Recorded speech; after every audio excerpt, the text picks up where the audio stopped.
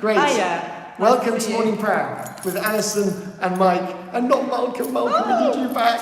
It's Malcolm here. We'll pretend he's there. And the jingle. Exactly. So we've got to try and do this on our own without any help from Malcolm. Now. Exactly. Very tricky. Exactly, because actually none of us really know what we're talking about. So please forgive us in advance. But it was very interesting readings. I mean, Yes. I particularly like The Romans. the Romans. Oh, What I a know. tongue twister that was. I know. But the Chronicles number 2, Chronicles 34 is where we started. Yes. Right, and that was sort of all about cleaning up the mess. Well, that's good. That's a good way of saying it. Yeah. So we've got this new king again, Josiah, and he does follow the Lord this time, Right. and he wants to. He did what was right in the sight of the Lord. You've got all of these different kings, haven't you, through Right. Chronicles, who they keep telling you this one did follow, this one didn't, and this one. Yeah, it's a sort of recurring thing, isn't it? Yes. It's sort of people do, then they don't, then they do, then they don't. It's Yes. sort of like a sine word. What do you call it? Sine wave. Oh, the sine wave, sine Exactly. cos. Sine cos, yes. Yeah. But so when he does, and he starts to Sin. clear it up. Because actually, you're right. Oh, sin wave. Sin. Oh, I like that. Future sermon. There we Future go. sermon of some sort. Yes. So. And then he was 8 when he became king, so he was sort of young, wasn't he? And then in his 18th year of his reign, yes. then he sort of went and cleaned stuff up, right, as I understood. Does it say he was 8? Somewhere Does it right say at the the 8th beginning. year? Oh, in the 8, was Oh, no, 8 it was years 8 old years old. when he began to reign. So at 16, in the 8th year of his reign, he began to seek God of his ancestor, and follows God. I mean, amazing, Exactly. So it's just saying about all these different things he breaks down the altars, turns them into dust, beats sacred poles. I did add something in when I was reading. You added an altar. You added an altar in there. I noticed that. I thought, oh, it's good. At least it was sort of on, Exactly. It was good. There was an altar rather than within the context. Yeah. a motor car. Sorry about that. But, yeah. No, it was good. That was and there's some great sort of visual bits. I love the whole thing of the carpenters and builders who were quarrying stone, timber for tie beams and joists. I love the detail of that. It was great. It's the proper stewardship, right? Yes. They're taking real care. And also, it really sets it in history, doesn't it? That this is actually a proper history book. It's telling you. Yeah, exactly. And what they did, and they worked. And I love the fact it's like, and all these characters were appointed. It's like here with the minister of works, like the Levites, the specific people, the sons of Mary, along with Zechariah and Meshullam, and the sons of the Kohathites. And it's interesting because the Levites were the chosen people to be the priests. So it's interesting that these priests, they obviously have other skills, don't they? Apart from just sort of administering the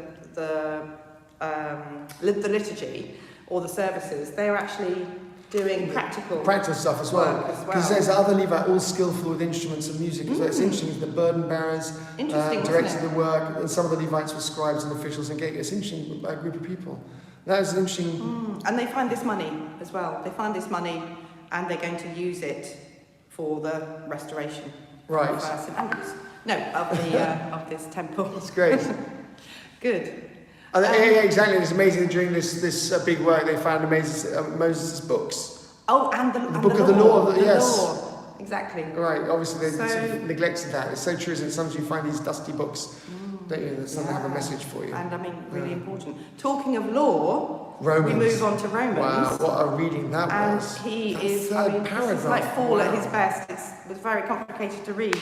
It's a real tongue twister. If I do not do what I want, but I do the very thing I hate now, I do what I do not. But actually, as you were speaking to it, I need to go back and read it. But actually, bits of it is like, actually, that does make sense. Yeah, I mean, really, essentially, he's saying the law is good, but because it tells me what sin is, but sin, it's not the law that is making you sin, it's yourself, it's what's inside you, it's your flesh. Right.